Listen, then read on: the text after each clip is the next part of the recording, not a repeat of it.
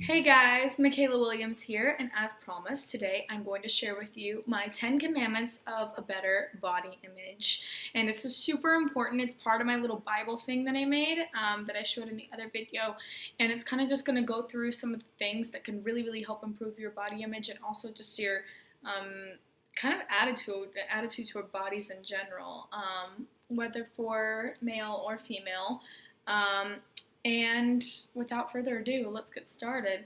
So, the 10 commandments of a healthy body image is as such. Number 1, first commandment, your body isn't you, it's yours.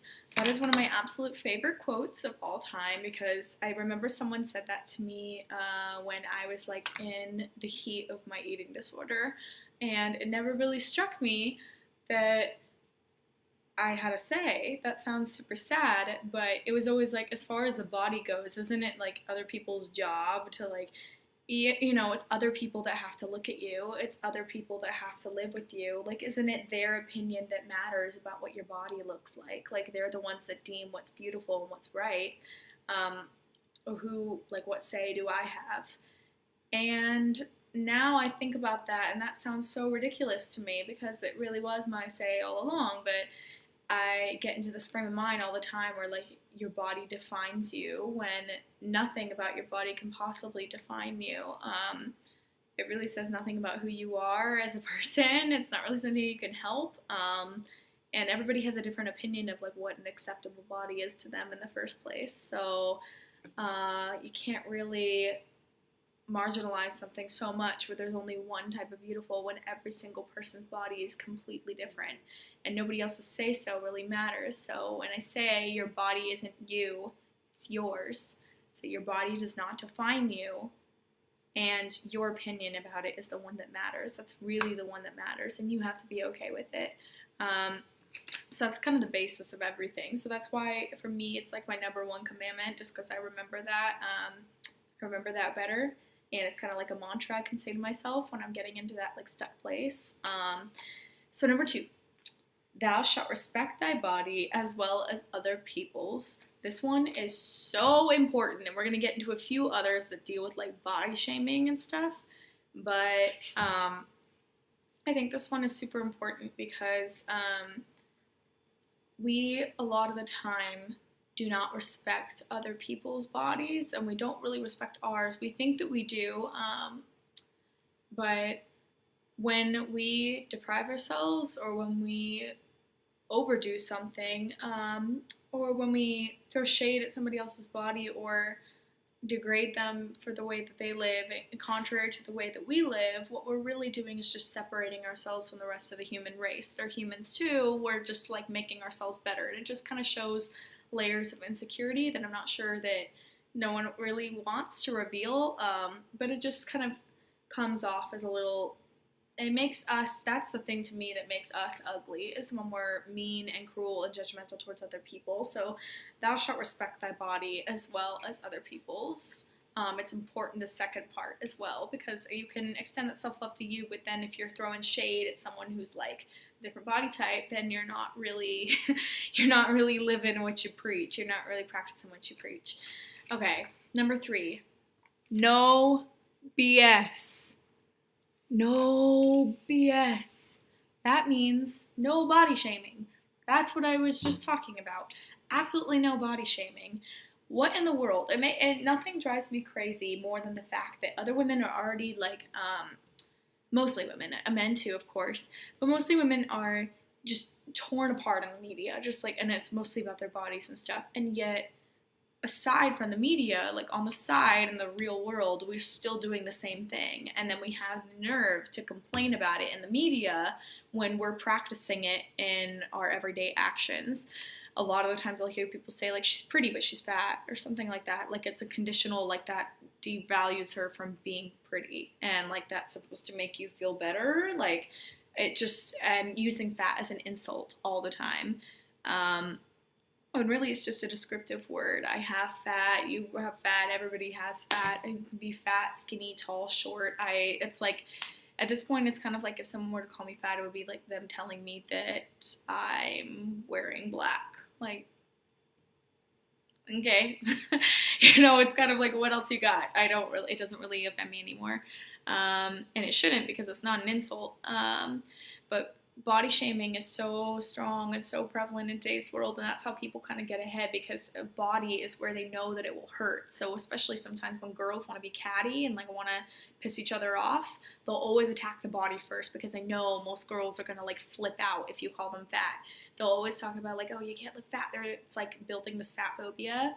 So body shaming is not going to help anyone. That's their life, that's them, and it's psychologically damaging. It's horrible in every single way. So no BS, no body shaming yourself. If you talk to a friend the way that you probably talk to your body, you would have no more friends left. No more friends left, because if you do talk to your body in a negative way, then you're just like kind of betraying yourself is what you're really doing. And your mind hears those things. Even if you're not putting them into practice, your mind does hear those things. Even if you're saying it in here, your body hears those things, takes them into account. So be careful what your thoughts are. Number 4, thou shalt listen to thy body. This one's super important. A lot of the time, and this is for especially people in recovery, following hunger cues, eating when you're hungry, even if you just ate before or whatever, and you're feeling super guilty because you're hungry again, and you're saying, no, I'm not going to eat because I just ate. If you're hungry, eat. If you're full, stop. We build a really negative relationship with food when we don't listen to our body. Also with sleep. For me, I know when I don't get sleep, I have like the worst mental days ever, like worst mental health days ever. And I'm just like a wreck for the whole day. And I have to get sleep. Otherwise, I end up getting into a really dark, negative thought place. So making sure that you're getting sleep is really important.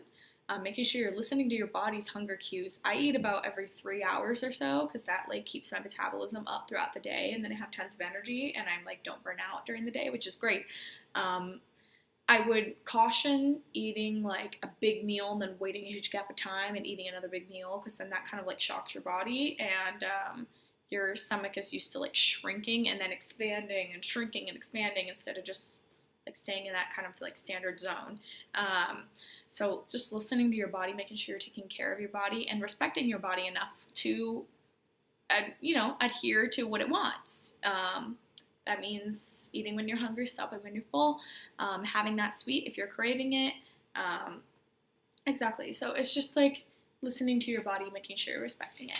Okay, so number 5, thou shalt not punish thy body. That one is so important. I'm the height of like my eating disorder, where I was acting out behaviors and stuff, was about 4.5 years. I know a lot of women who still punish their bodies with, I don't know if people know a lot about orthorexia, but it is a type of eating disorder in which you're doing like strict clean eating. And I actually know a few people who do suffer from orthorexia, and it's awful. And other people with eating disorders.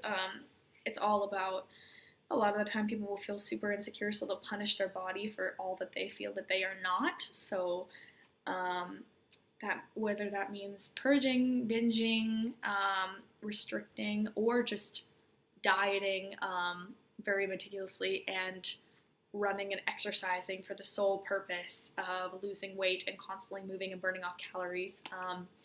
I remember when I used to exercise, it used to be all about just burning calories. I couldn't think about anything else except like, oh, I hope the fat's losing off. And now when I exercise, it's so freeing and nice, because all I'm thinking about is being outside, being with people I like making sure my body's strong, taking care of my body. It's so nice. So don't punish your body. It doesn't deserve it. It didn't do anything to you. And nothing's wrong with your body. It's your self-esteem that needs work, because you would be projecting all your problems onto your body, because nothing's really inherently wrong with your body. There's no wrong way to have a body. It all starts from within, and what mentality you've built up around weight and around your own body. Okay, so number 6, thou shalt not compare. Easier said than done. This one is so important, though, a lot of the time.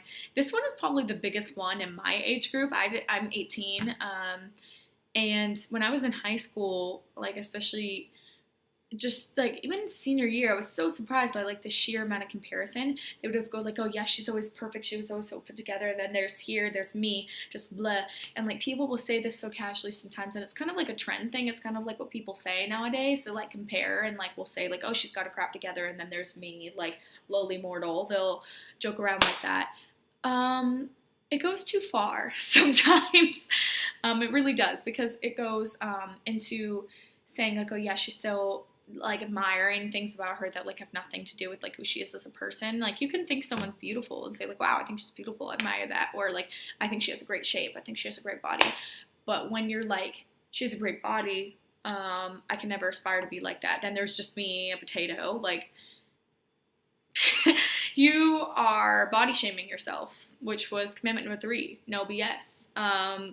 So those kind of go together, because comparison is the thief of joy. One woman's beauty is not the absence of your own. It really isn't. There's so many ways to, like I said, have a body or be yourself. There's not a single person like you in the entire world. So kind of devaluing yourself that way is like another form of body shaming, basically. Number 7, thou shalt validate thyself. This one is probably my biggest, my hardest one to do, because it's so hard to make your opinion the most relevant one. But it's probably one of the most important things that you can do, because once you make your opinion a priority, there's no going back. You decide to tell yourself, like, I like it, so that's enough for me. Like, I don't need them to like it. And kind of when you get to look in the mirror and just say, like, I see these imperfections. They're only imperfections because someone told me they were. Like, I like them, and that's good enough for me. Like, I'm okay with that. And that's super hard to do, because that's kind of like, you kind of have to stand alone, and it's very scary. But it's possible, and it really... The thing is that you'll have this pit that needs to be filled in you, and you'll keep getting outside validation, and it will work for a little while, and then you'll be screwed when it stops, and you're like, it starts to drain down, and it doesn't happen because you never filled up that hole. You never filled it up. You've just been filling it up like temporarily with people's comments. Until you fill it up with your own comments and with your own opinion, that hole will just keep depleting, like no matter how much you fill it up. So it's got to start with you first. So number 8, fat does not equal ugly, nor shall it be used as an insult.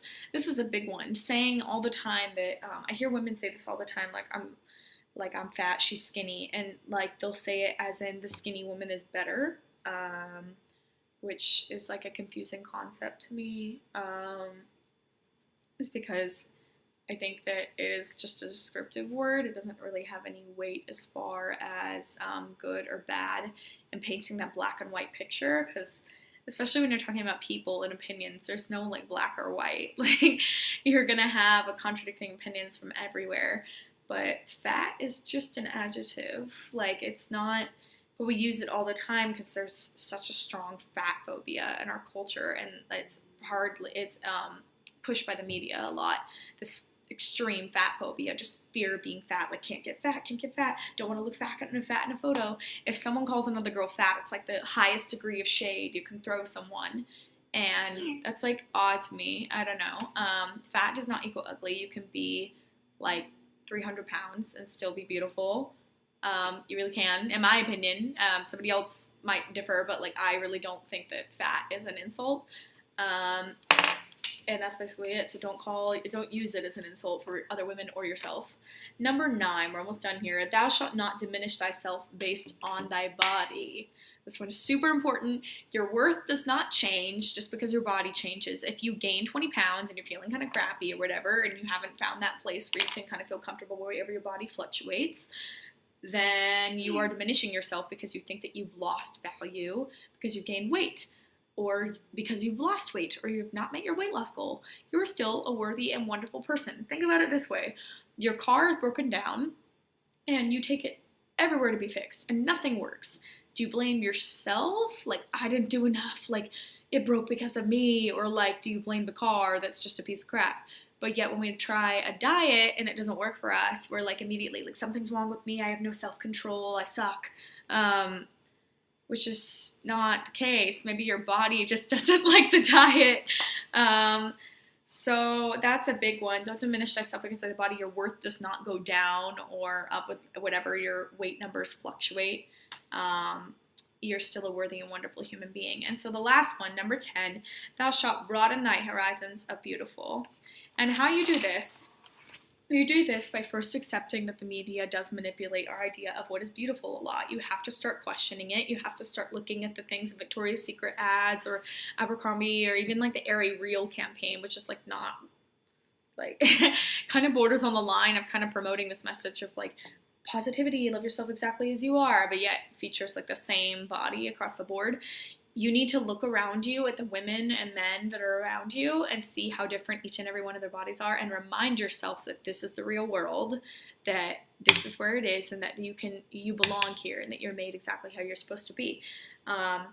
And start expanding your own definition. Start filling up your feed on Facebook, on Instagram, on everything, so that whenever you go on to one of your accounts, whatever, you're immediately bombarded with the good stuff instead of the bad stuff. Unfollow the stupid magazines that make you feel like crap, or the like supermodels or whatever that like make you feel like crap. Like if you're in a positive place and it's okay, then keep following them. If not, if you get any sort of like feeling of comparison or negativity, unfollow it. You don't need it. You really don't.